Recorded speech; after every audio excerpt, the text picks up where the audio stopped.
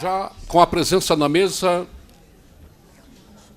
da presidente em exercício da CNTU, Gilda Almeida, e também do diretor de articulação nacional da CNTU, Alan Habert, para a exposição de projetos, anunciamos para compor a mesa os senhores Sérgio Storch, engenheiro, especialista em redes e gestão do conhecimento, projeto Portal Brasil 2022.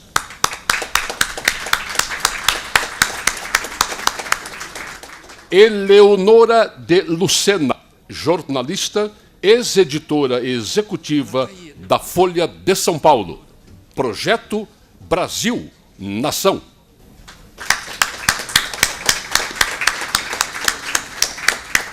Eduardo Suplicy, economista e vereador da Câmara Municipal de São Paulo, projeto Grupo de Trabalho GT da CNTU para a Renda Básica de Cidadania.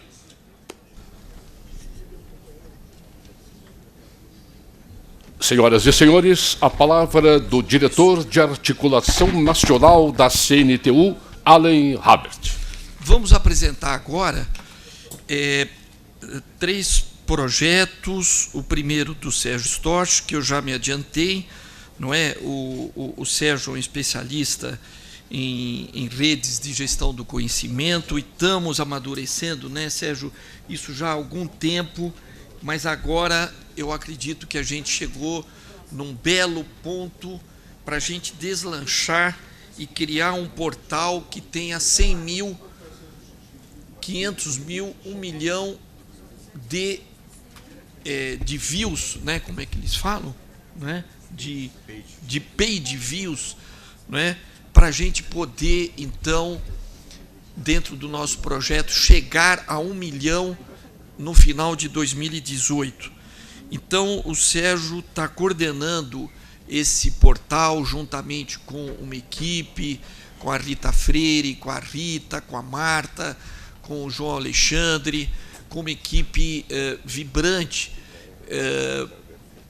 junto também com a Egrégora, que é uma cooperativa de trabalho que o Sérgio integra, que resolveu também investir e apostar no nosso portal, exatamente dentro da ideia de que haverá outras fases, não é? Nós estamos concebendo 5 fases para a gente, então, amadurecer esse portal. Não é fácil criar um portal dinâmico, e o Sérgio aí tem essa agora animação e responsabilidade. Obrigado. Oi, gente. Boa tarde. Tá dentro do vídeo? Tá. Bom, fico muito feliz de poder estar aqui apresentando a proposta desse projeto, que vem sendo acalentado desde que o Alan me convidou para integrar o Conselho Consultivo da CNTU faz 4 anos. Então, de 4 anos para cá, a gente vem conversando muito e a ideia vem amadurecendo.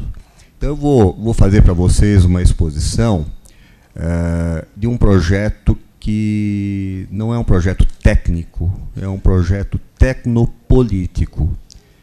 E vou falar muito pouco do técnico, vou falar do aspecto político desse projeto de portal. E um dos elementos é comentar aquilo que o Alan disse, de 100 mil page views, 1 milhão de page views. Não é isso. Não é isso, porque a ideia de page view é a ideia da gente como espectador, a gente como leitor passivo. A ideia desse portal é de que seja um lugar para a gente tocar aquela música que o Alan mencionou, não só uma grande sinfonia, mas que a gente tenha diversas bandas, e cada banda tocando o seu forró, cada banda tocando o seu jazz. E a ideia é a seguinte: a concepção do portal, ela se baseia inicialmente em 3 pilares. O primeiro pilar é gente. Gente, cada um de nós. Cada um de nós aparecer na sua singularidade. Não apenas nome numa lista em ordem alfabética, como ainda hoje somos, né? Quer dizer, essa ideia de inteligência coletiva, ainda não somos uma inteligência coletiva, mas podemos ser. E a ideia do portal é que essa inteligência coletiva, de fato, se crie através das conexões entre essas singularidades. Então, a primeira dimensão, o primeiro pilar é gente, cada um de nós. A segunda dimensão é a dimensão efetivamente política. É a do tema. O tema direitos humanos, o tema defesa do SUS, podem ser, num portal, os pontos de confluência das gentes. Ou seja, o primeiro pilar é a gente, o segundo pilar são os pontos de confluência, onde a gente vai se reunir e sair daquela coisa linear de 1.250 nomes que compõem uma lista alfabética de conselheiros e juntar aquelas 20 ou 30 pessoas, a Edna em Direitos Humanos, a Marina em Direitos Humanos, o Aldário em Direitos Humanos, o Funari, que não está aqui, que é presidente da Comissão Justiça e Paz.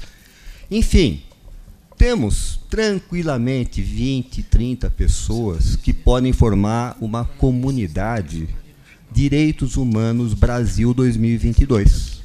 E a página do tema é uma página que, na verdade, é um subsite. A página tem, atrás dela, as páginas referentes aos diversos conteúdos, filmes, programas de capacitação referentes àquele tema.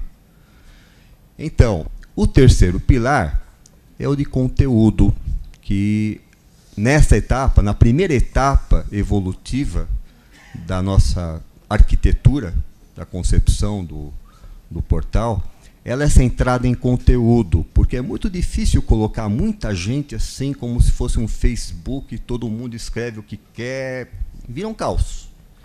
Isso virá lá na frente, a hora que a gente já tiver percorrido uma caminhada que possa permitir um pouco de estrutura, de governança. Mas no começo é simples, é conteúdo.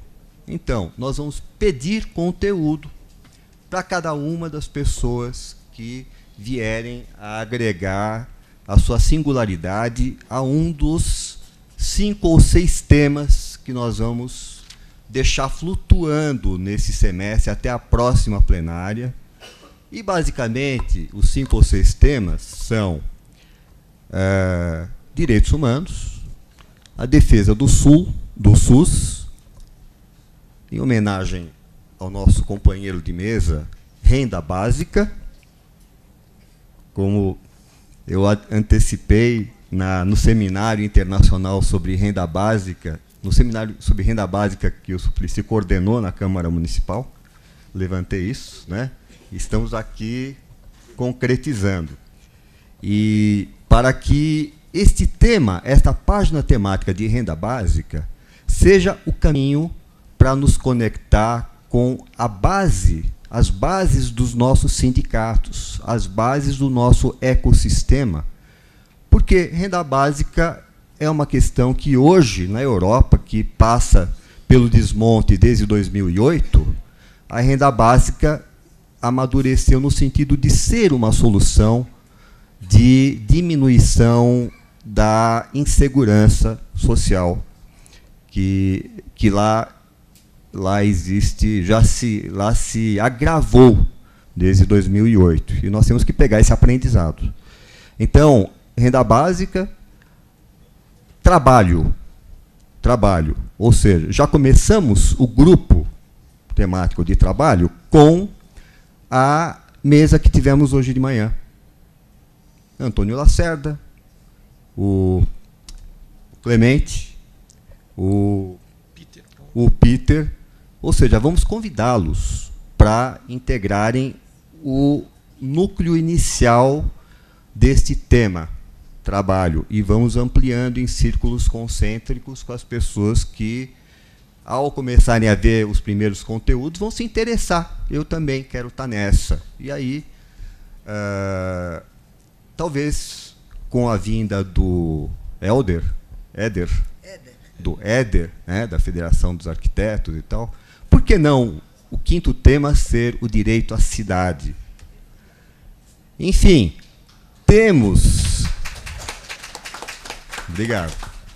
Temos massa crítica aqui, nesse auditório hoje, e todas as outras pessoas que não estão podendo estar aqui hoje, nós temos uma inteligência que pode ser transformada numa inteligência coletiva, numa inteligência voltada para um projeto Brasil-Nação, né, Eleonora?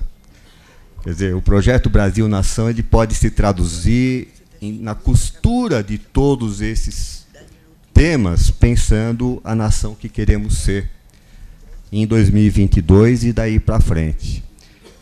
Então, gente, a ideia é essa, e está lançado o navio, desculpe, está anunciada a partida do navio, tá certo? E estão todos convidados a conversarem conosco para verem como é que poderão participar desse projeto. E só com a limitação de que no primeiro semestre a gente vai ter que ser muito limitado a 5 ou 6 temas, porque é aí que nós vamos criar um pouquinho de musculatura, de processos e tal, que permitirá a gente dar um salto maior mais para frente. Muito obrigado. A pergunta, como é o seu nome? Maria Prado. Cida Prado. Ela perguntou se o que acontecerá será a publicação de artigos sobre esses temas. Não só artigos. Artigos, entrevistas, nós vamos definir um variado conjunto de tipos de conteúdos, divulgação de eventos, por exemplo, o evento Renda Básica, que vai acontecer em Portugal em setembro. Então, vamos colocar isso lá também, ok?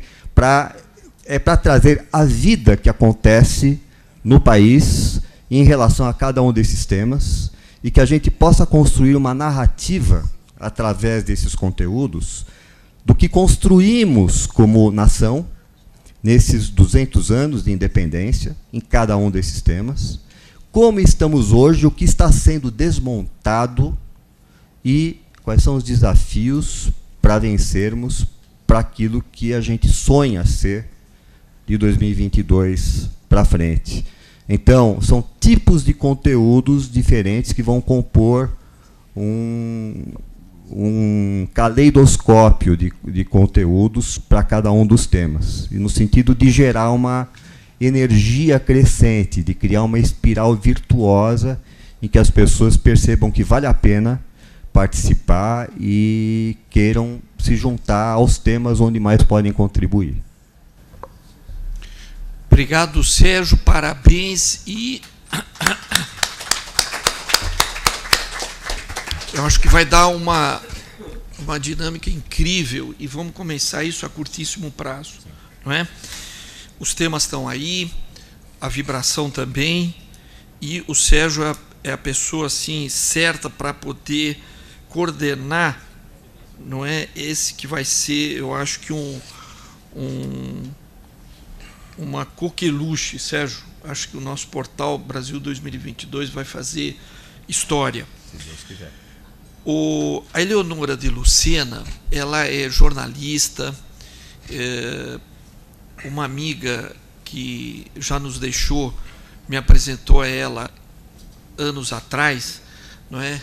E essa amiga, a Irede Cardoso, me colocou no carro dela e falou: não, Aline, você tem que conhecer a minha amiga Eleonora de Lucena. Fomos até a Folha, subimos até o 4º andar, a Eleonora veio, me apresentou, e só depois de muitos anos a gente se reencontrou, não é?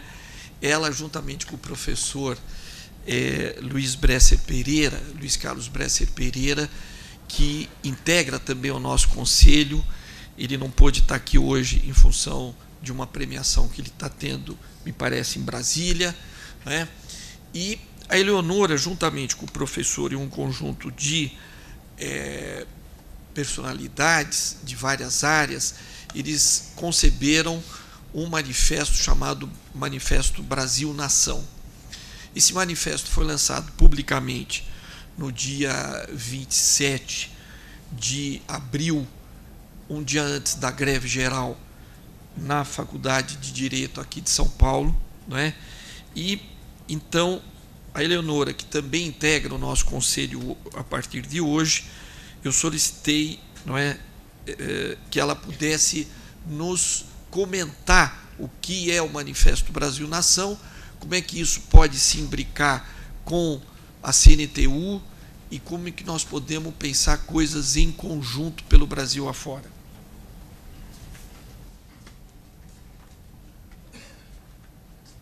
Claro. Boa tarde a todos, muito obrigada pelo convite de estar aqui, para estar aqui hoje. Obrigada às lideranças da CNTU, Sérgio, que a gente tem conversado, o senador Suplicy. É um prazer estar aqui e passar a integrar esse conselho. Vou falar um pouco, então, de que é esse projeto Brasil Nação, que, vejo, tem muitos pontos em comum com o que está sendo discutido aqui hoje o dia inteiro.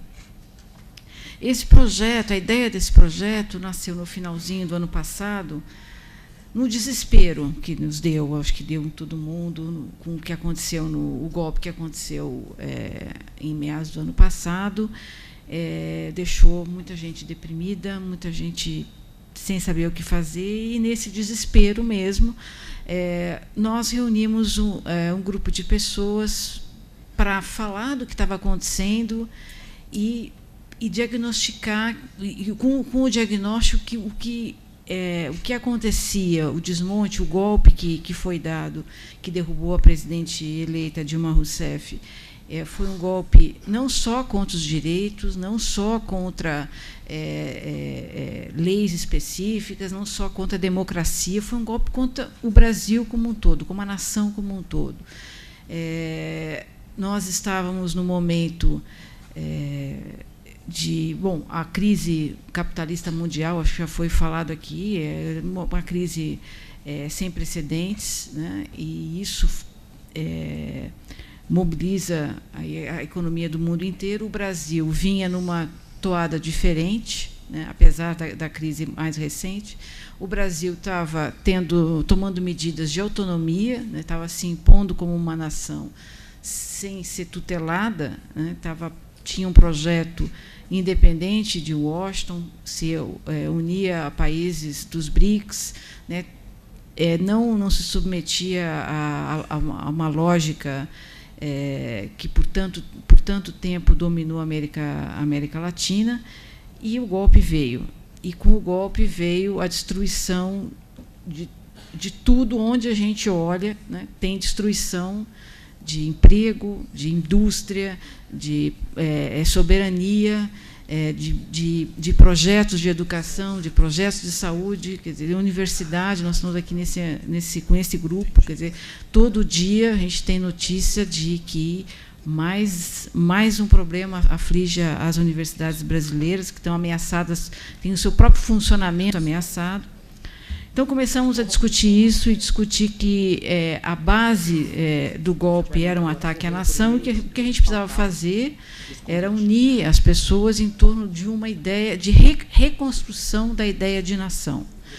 E aí começamos a discutir em torno do que a gente deveria fazer essa discussão.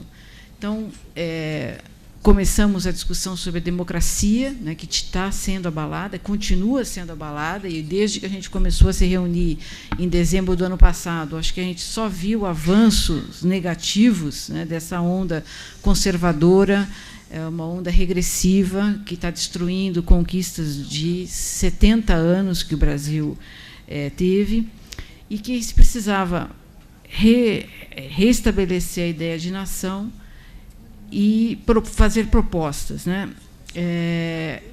Esse manifesto que foi lançado em abril, como foi mencionado aqui, ele fica mais focado em questões econômicas, né, e reafirma os princípios básicos da nação brasileira, que são excepcionais. Quer dizer, nós vivemos num país excepcional de pessoas criativas, recursos humanos, produção. A gente tem um país, de fato, extraordinário, que está sendo entregue, privatizado, é um governo antinacional e antipopular.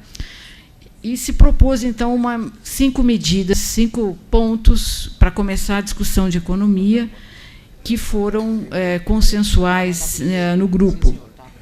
Do grupo, eu faço um parêntese aqui, fazem parte o ministro Besser Pereira, que coordena os trabalhos, o ministro Celso Amorim, Leda Paulani, economista, André Singer, várias pessoas de diferentes... o Guilherme Estrela, que foi diretor, que é o pai do pré-sal, que foi diretor da Petrobras, e nós fomos incorporando várias pessoas nesse processo de discussão de várias áreas. Bom, quais são esses 5 pontos que digamos, foram condensados aí nesse manifesto inaugural? Né? Primeiro, a questão dos gastos do governo, que devem ser no sentido contracíclico, para usar o palavrão do economês, mas eles devem ser no sentido de estimular a economia, né, com prioridade para a saúde e educação. Depois, o segundo ponto diz respeito à queda dos juros. Né? Eu acho que vivemos numa situação absurda e excepcionalista no mundo, em termos de juros reais, e é preciso que os juros caiam drasticamente. O terceiro ponto diz respeito à política cambial. Quer dizer, o câmbio, como se sabe, ele destrói as empresas, né, a produção das empresas, e é preciso que o valor do real frente ao dólar esteja de acordo com uma política de desenvolvimento. E quarto ponto, a retomada dos investimentos públicos, né, que são essenciais para que o país volte a ter uma perspectiva de desenvolvimento. E o quinto ponto, uma reforma tributária que estabeleça tributos de maneira progressiva, que é uma das maneiras, a política tributária, como se sabe, é uma das formas importantes aí de concentração de renda.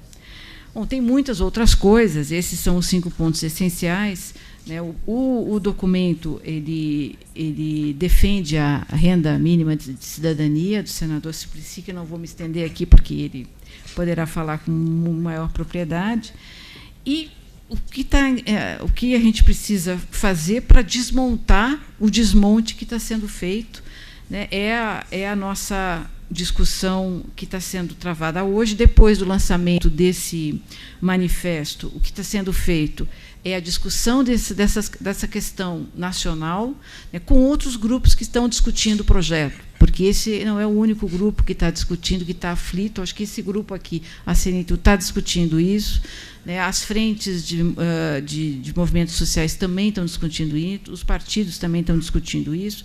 Então, de alguma maneira, é preciso que esses vários debates encontrem eco, encontrem ressonância, e a gente possa sair de visões fragmentadas e partidarizadas e individuais, para fazer realmente uma discussão que tenha como âncora, como grande guarda-chuva, a nação que a gente quer. A partir, então, desse lançamento, em abril, começamos uma série de debates com vários grupos. Tivemos um debate com vários movimentos, representantes de movimentos negros, né? E eu acho que a questão, como foi falado aqui há poucos minutos, quer dizer, a questão da escravidão e a questão racial é intrínseca à Constituição do Brasil, e essa é uma questão fundamental de ser atacada, né? Discutimos também com lideranças sindicais e vamos fazer programando uma série de debates aí para as próximas semanas, para encontrar pontos em comum, que eu acho que a partir desses pontos em comum a gente pode construir uma coisa maior que nos faça reerguer, reconstruir o país nesse momento tão dramático que a gente vive. Eu acho que, apesar de tudo, né, o que aconteceu conosco fez com que vários grupos, várias pessoas que estavam isoladas, hoje busquem formas de se conectar e de pensar o país e de virar esse jogo, porque não é possível que essa coisa dure tanto tempo e a gente fique nessa angústia e sem perspectiva de sair, de ver o país sair desse pesadelo. Então, acho que tem esse ponto positivo de nos reunir, e essa iniciativa, então, da CNTU, acho que vai ao encontro disso, e quem faz parte do projeto Brasil Nação, claro que está junto, estamos juntos. Muito obrigado, Eleonora, não é? E parabéns pelo teu trabalho de articulação, não é? E eu acredito, Eleonora, com o portal também do Brasil 2022, vamos fazer uma divulgação muito horizontal desse movimento, não é? Porque ele é um eixo importante, não é? Que esclarece por que o Brasil, Esdras, caiu de 23% o PIB, a indústria no PIB brasileiro em 1980, e por que nós estamos hoje em 9%, não é? Agora, eu sempre chamo a atenção, os 9% da indústria representam a 15ª produção industrial do planeta. Então, é equivocado achar que nós acabamos com a nossa indústria e que nós estamos no precipício. Então, 9% do PIB significa ser a 15ª produção industrial do planeta. Já fomos a 11ª, hoje nós somos a 15ª, mas não é pouca coisa, e nós precisamos reindustrializar o país a partir do, quer dizer, ou seja, querem vender uma ideia de que está tudo perdido, e não é verdade. É só uma observação, e eu queria chamar à mesa o deputado, o nosso amigo Carlos Neder, médico, e que hoje ele vai contar aqui, fez uma iniciativa importantíssima, que ele mesmo vai contar sobre o Brasil 2022 na Assembleia. Bem-vindo, Carlos. Você que vai falar. Eu queria passar, então, a palavra ao nosso amigo, companheiro, animador, Eduardo Matarazzo Suplicy, um incansável defensor dos direitos humanos e da renda básica da cidadania. Ele que já veio aqui várias vezes nesse plenário, Eduardo, falando sobre isso, mas hoje que ele generosamente também integra o nosso Conselho das 1000 Cabeças, venho para mostrar essa articulação da renda básica, não é? Que agora pode ganhar um novo elan, não é? E dentro da CNTU, isso que o Sérgio já comentou, montar uma canaleta que empurre isso para acontecer em várias etapas até 2022. Mestre Suplicy. Muito obrigado, Alan Albert, por suas palavras. Quero muito agradecer à CNTU, a presidente em exercício, Gilda Almeida, a quem estou dando meu livro sobre a renda de cidadania. Gilda, quando saiu de casa hoje, como é que o fez? Por favor, pode responder. Saiu pela janela? Não, saí pela porta, né, Cláudio? Então, eu já vou explicar por quê. Peguei uma condução e vim para cá. Tá certo. Gastei 1h e 20 minutos. Também, eu quero cumprimentar e saudar o meu companheiro Carlos Neder, que hoje é deputado estadual, e agradecer as palavras do Sérgio Stort, que esteve na primeira reunião do grupo de trabalho que vai estudar as etapas previstas na Lei 10.835 de 2004 para quando vamos efetivamente chegar à renda básica de cidadania no Brasil. Agradecer também a Eleonora de Lucena, que, como uma das coordenadoras do projeto Brasil Nação, ali com a opinião favorável, dentre outros economistas, de Luiz Carlos Bresser Pereira, que é meu colega na GV, professor de economia que há tantos anos interage comigo, ou como Luiz Gonzaga Melo Beluso, que ainda há poucos dias fez mais uma proclamação em favor da renda básica de cidadania, mas e também agradeço as palavras do Alan Habert de estar apoiando a renda básica. E, se me permitem, eu vou começar com, porque isso foi distribuído agora para todos, né? A carta da 11ª Jornada Brasil Inteligente, Emprego e Desenvolvimento rumo ao Brasil, é como uma minuta para a discussão de todos que estão aqui presentes neste conselho. É a primeira vez que eu participo desse conselho, convidado que fui por todos vocês, e me sinto honrado com isso, e já começo com uma sugestão para crescer, porque aqui há 10 pontos, né? Tal como no Manifesto Brasil Nação, do nosso grupo de trabalho, eu proponho aqui que acrescentemos número 11, para que possamos efetivamente erradicar a pobreza absoluta, construir um Brasil justo e civilizado, aplicar os princípios de justiça, venhamos logo instituir a renda básica de cidadania incondicional, conforme estabelece a Lei 10.835 de 2004, que foi aprovada por todos os partidos no Senado em dezembro de 2002, dezembro de 2003. Na Câmara foi ao presidente Lula para sancionar ou não, e o então ministro Antônio Palocci, com quem conversei, disse ao presidente: como é para ser instituído gradualmente, é factível, pode sancionar. O presidente Lula sancionou. Bem, aqui está.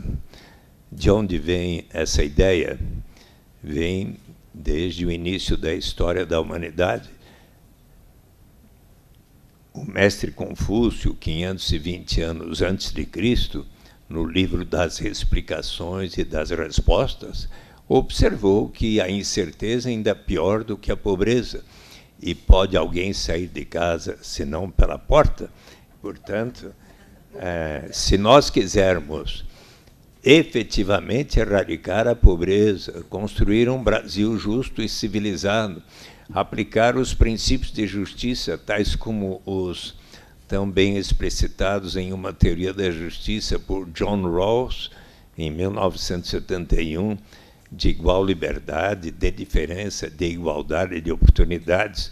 O princípio de igual liberdade diz que cada pessoa precisa ter um conjunto de liberdades básicas fundamentais, como livre expressão, livre associação, ir e vir, votar, ser votado, e todas as outras que estão na Declaração Universal dos Direitos da Pessoa Humana, da qual nós somos signatários, e também no artigo 5º, 78 incisos de nossa Constituição, que sejam estendidos a todos na sociedade o princípio da diferença, segundo o qual, se for para aceitar, justificar qualquer diferença socioeconômica que porventura exista numa sociedade, só se justifica se for em benefício dos que menos têm, e de maneira a prover igualdade de oportunidades a todos. estão discutindo muito a remuneração do Neymar. Mas vamos supor aqui que nós constituamos um bom time de futebol ou de basquete.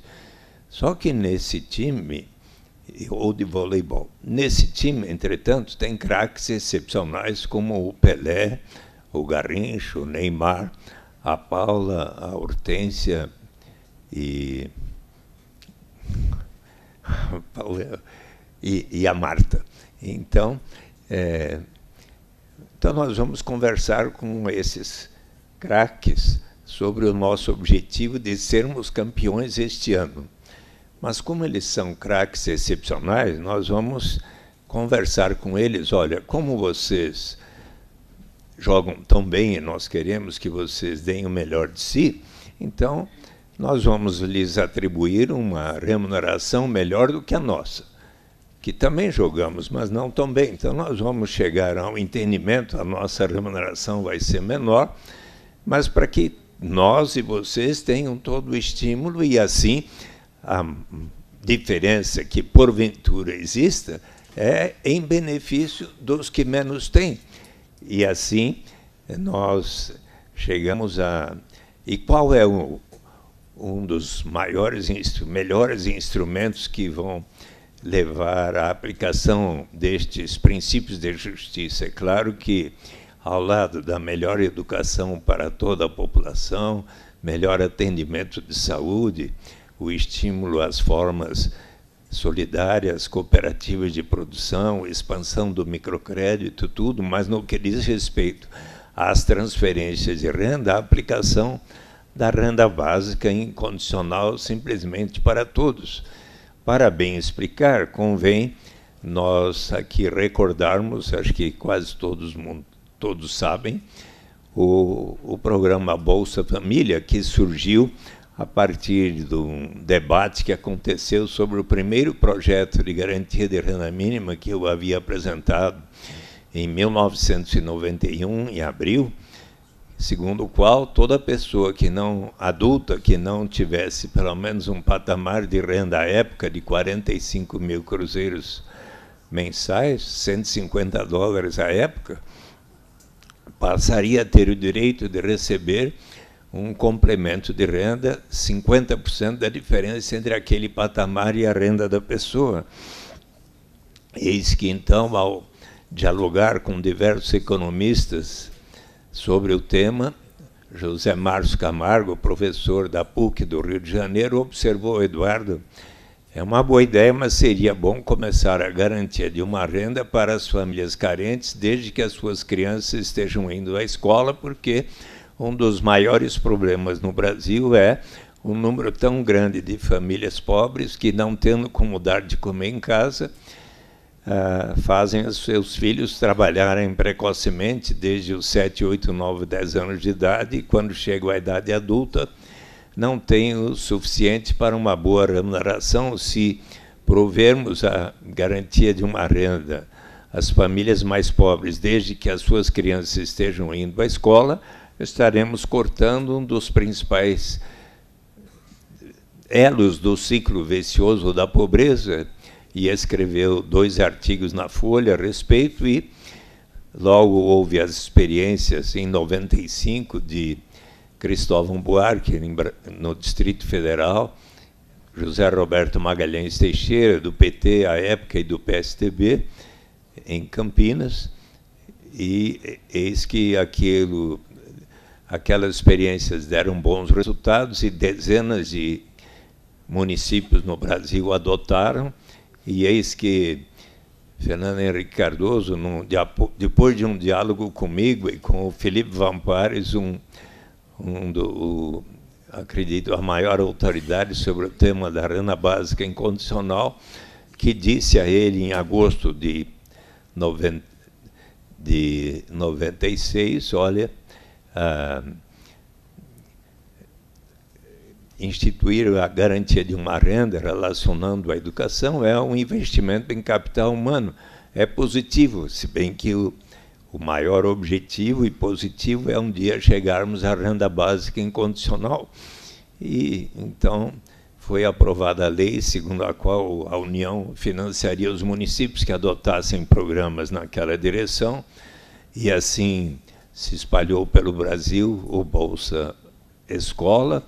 Logo depois veio o Bolsa Alimentação, o Auxílio Gás, o Cartão Alimentação no início do governo Lula, um cartão magnético de R$50 que só podiam ser gastos em alimentos no início de 2003, mas em outubro de 2003 o presidente Lula resolveu unificar e racionalizar estes 4 programas no que veio a ser o programa Bolsa Família.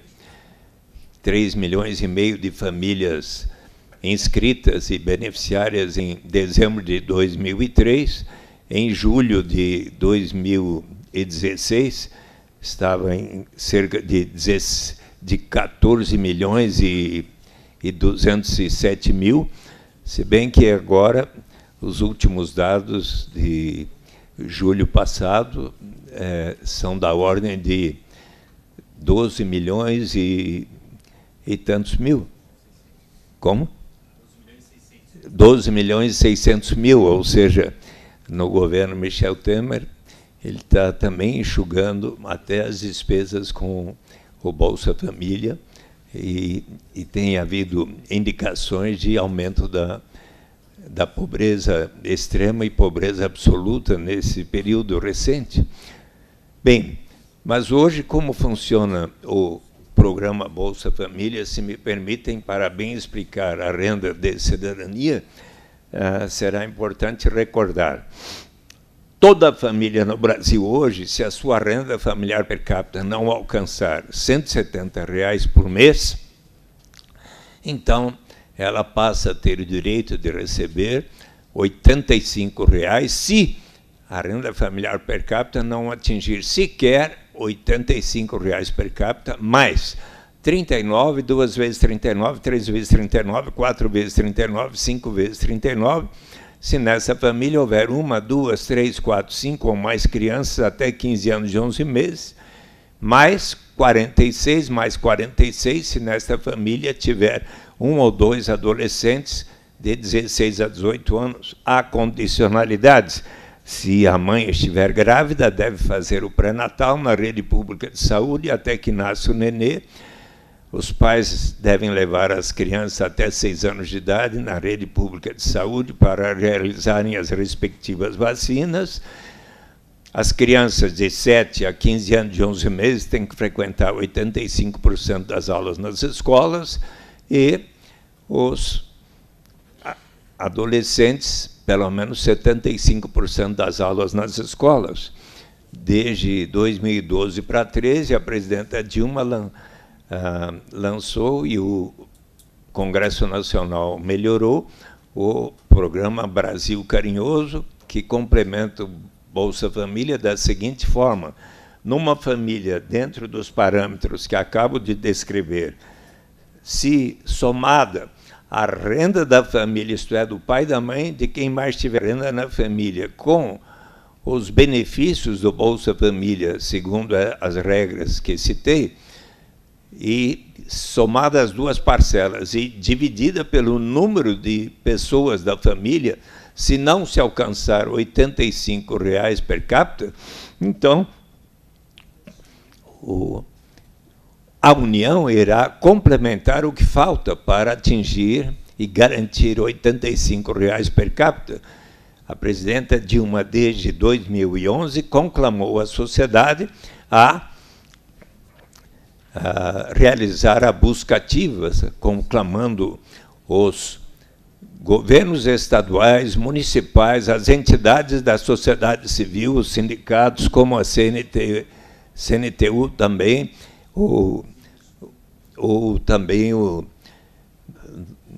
nós, cidadãos, se soubermos de alguma família que está dentro desses parâmetros e ainda não inscrita e beneficiada com o Bolsa Família, é nosso dever avisar o pai e a mãe da família e dizer: olha, vai lá na Secretaria de Assistência Social e se inscreva, porque você tem o direito de estar recebendo. Pois bem, Notem que, para explicar o Bolsa Família, eu precisei como que uns 4 minutos, não foi? Agora, vamos supor que o Conselho Nacional, que a CNTU, chegue na conclusão, na sua declaração, que é necessário, como o Manifesto Brasil-Nação, a logo instituir a renda básica de cidadania, e com o apoio do Audálio Dantas também. Então, que é muito amigo meu, então, Audálio vai estrear a peça da Carolina Maria de Jesus, dia 2 de setembro, no Rio de Janeiro. Você está convidado, né? Então, elas estão me convidando. Todo mundo conhece como é que o Audálio descobriu Carolina Maria de Jesus, uma moradora de favela. Ele ficou tão impressionado com o que ela escrevia em pedaços de papel que recolhia do lixo, e falou, puxa, mas isso aqui é uma obra de literatura formidável. E ele falou, eu quero publicar isso. Daí ficou o diário da Carolina Maria de Jesus, e graças ao brilhantismo desse grande jornalista. Parabéns, Alda. Depois do livro do escritor mais vendido do Brasil, Paulo Coelho, os livros de Carolina Maria de Jesus são os que mais venderam no exterior. Uma coisa incrível, em muitas línguas. Pois bem, então, vocês compreenderam as regras do programa Bolsa Família. Suponhamos que, com o manifesto da CNTU, elevado a um presidente eleito diretamente, porque precisamos, o quanto antes, ter um presidente eleito, não é? Acho que todos aqui falaram neste objetivo. Você não acha, Marina? Você quer também, não é?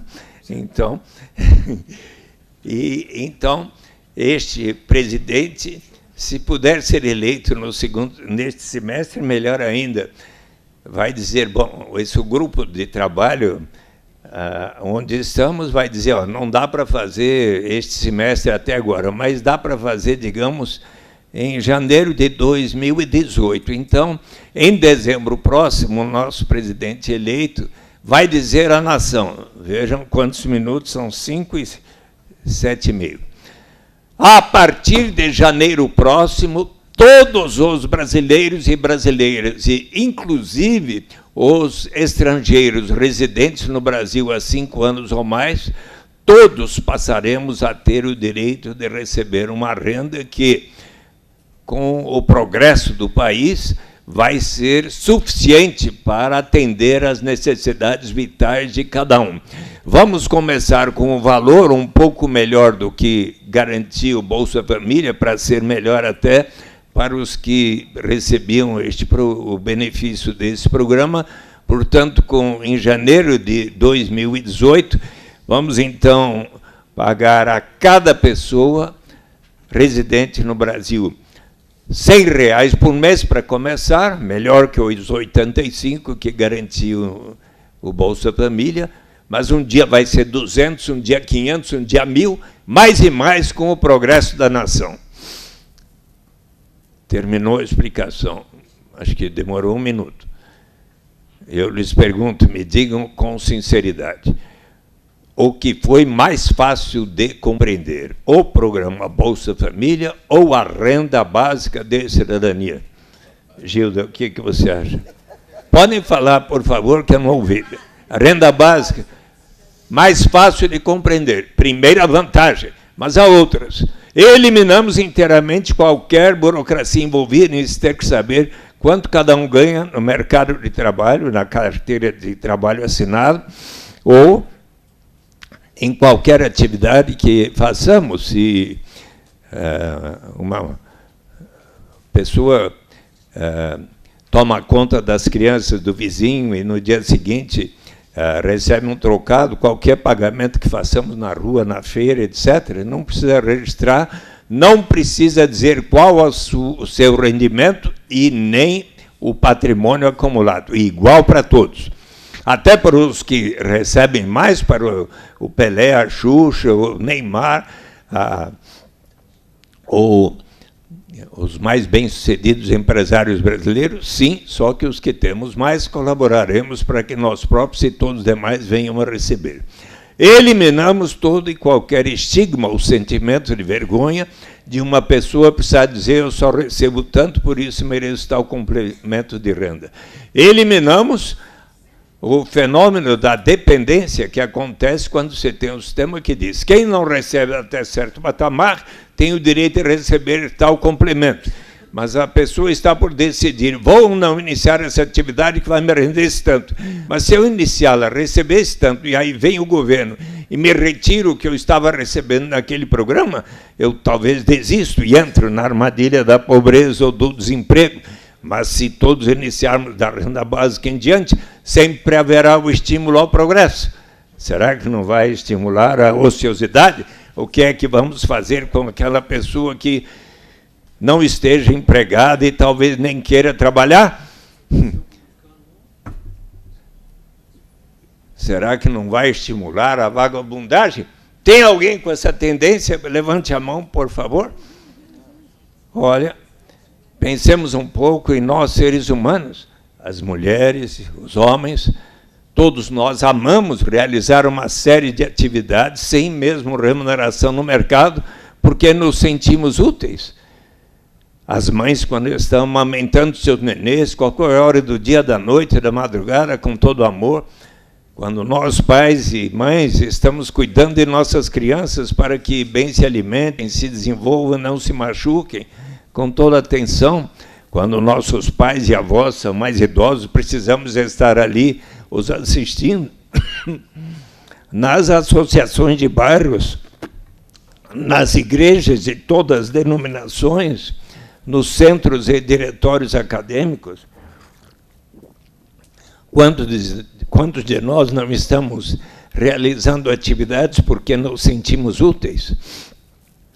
Quando Vincent van Gogh e Amadeu Modigliani pintaram as suas obras, saíram pelas ruas para tentar vendê-las, mal conseguiam. Ambos ficaram doentes, morreram precocemente.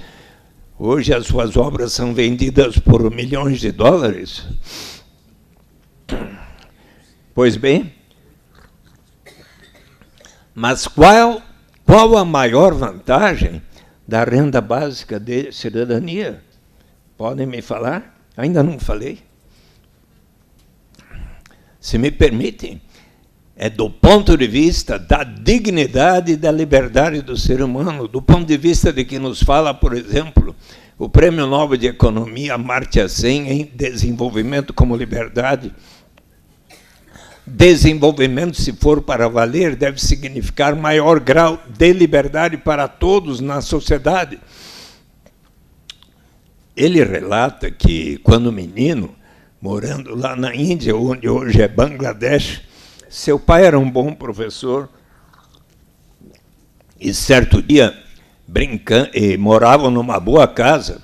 Certo dia, brincando no jardim de sua casa, eis que, de repente, entrou um homem correndo, pedindo por socorro, portão adentro, havia sido esfaqueado nas costas. E ele, então, chamou para o seu pai, que logo veio, e acompanhou o seu pai, levando aquele trabalhador para o hospital. No caminho, ele disse, bem que minha mulher tinha me avisado para não vir a este bairro caracterizado por lutas étnicas, mas eu não tive outra alternativa, senão de aqui encontrar um trabalho que pudesse dar o sustento da minha família. Ao chegar no hospital, teve uma forte hemorragia e veio a falecer.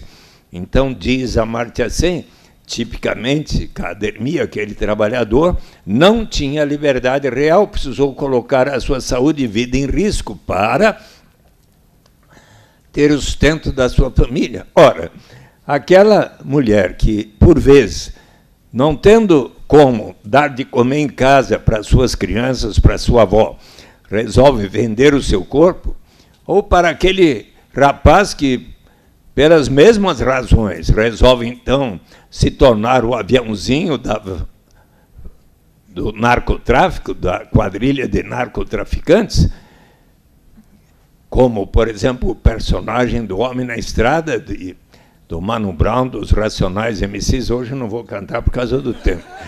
É que tinham me pedido aí, mas olha lá, aquela. Depois eu canto para ela. E ela já tirou a foto.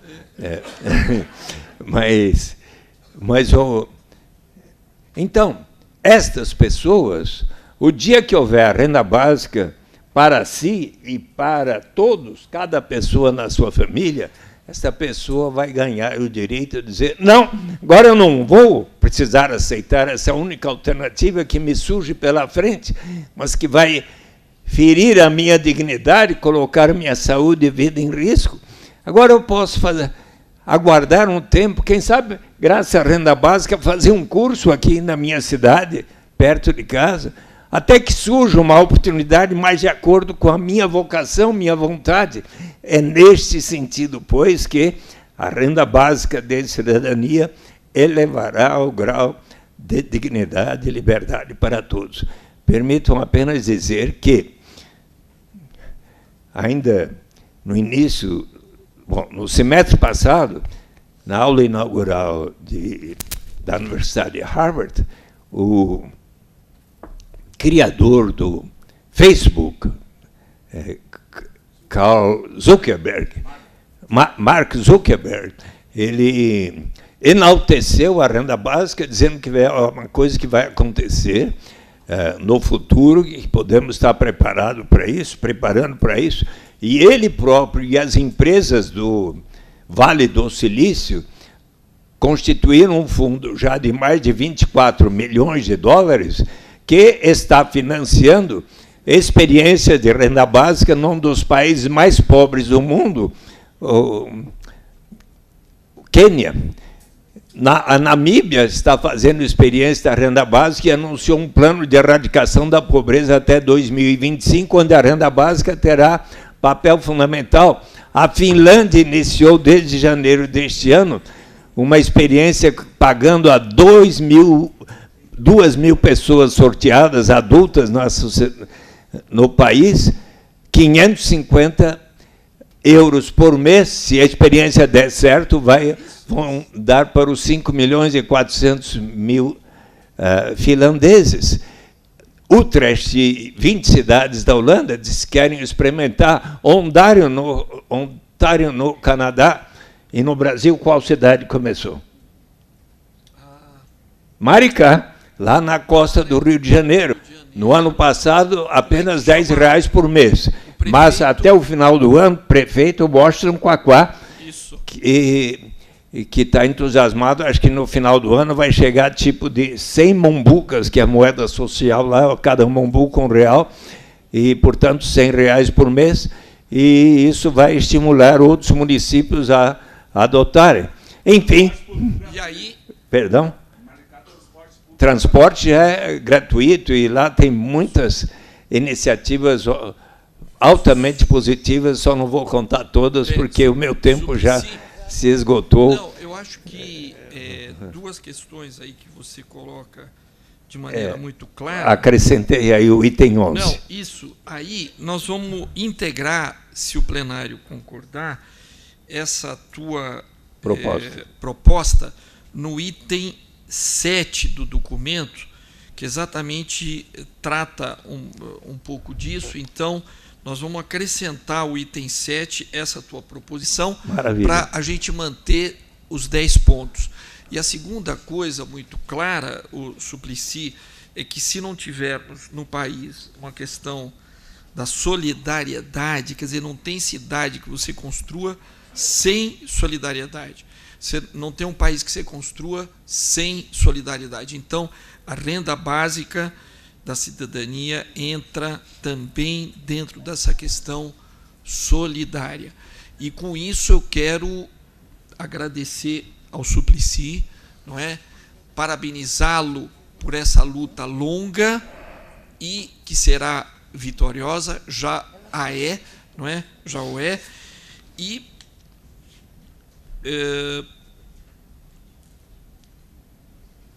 parabéns pela integração tua ao nosso Conselho das Mil Cabeças. Muito obrigado.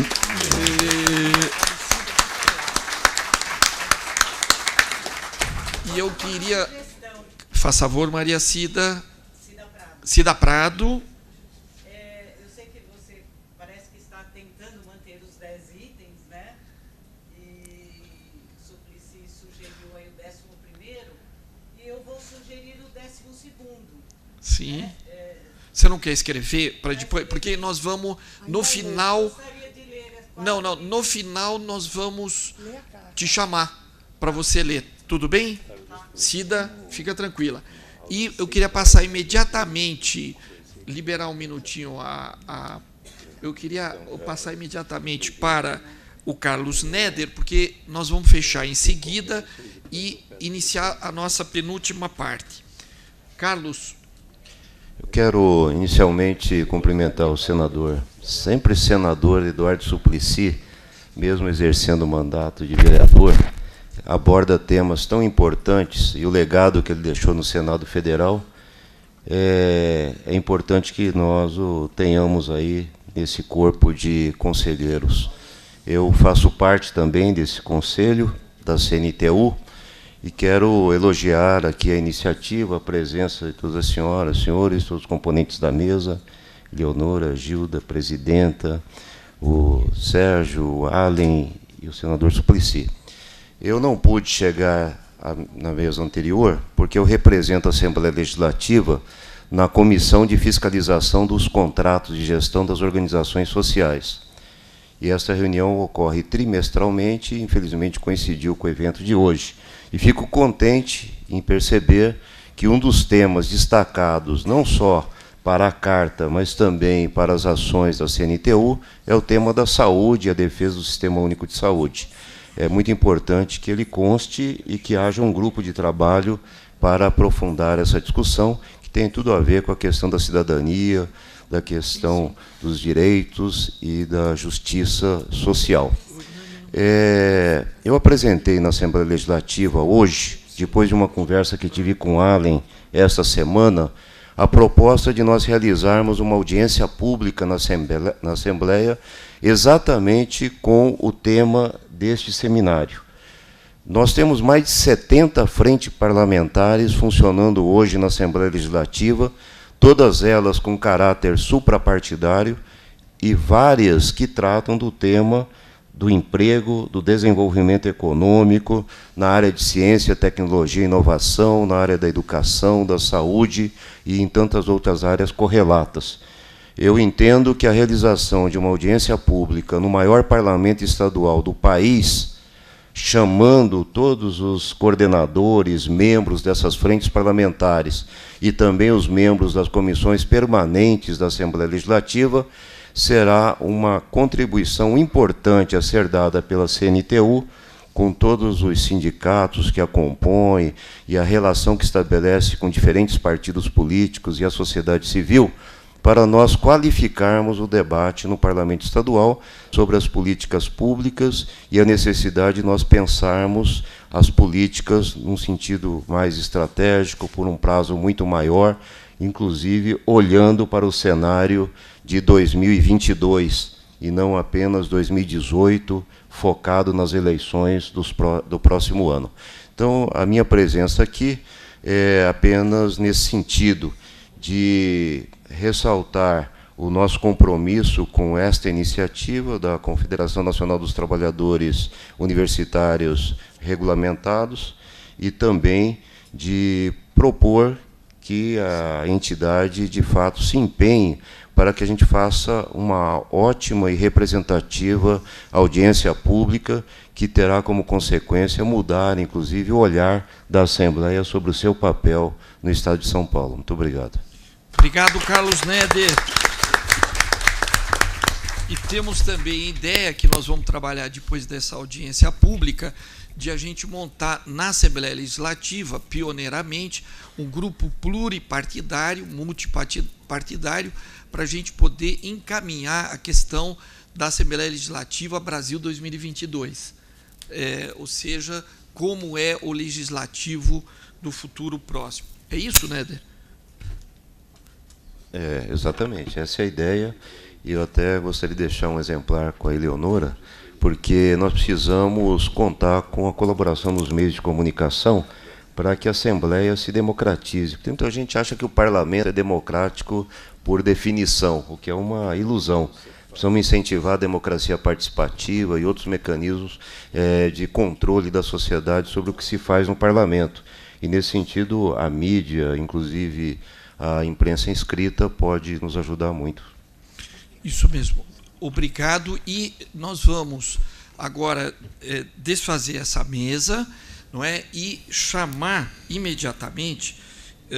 Nós temos, no final do nosso evento, uma surpresa agradável, que vocês sabem que vai ser a peça teatral, não é? Marx baixou em mim e a gente está correndo contra o tempo. Então, eu vou agradecer. E fica para uma oportunidade, Suplicy, você não vai escapar, para uma próxima oportunidade você já abrir cantando aquela música. Tá certo? Muito obrigado.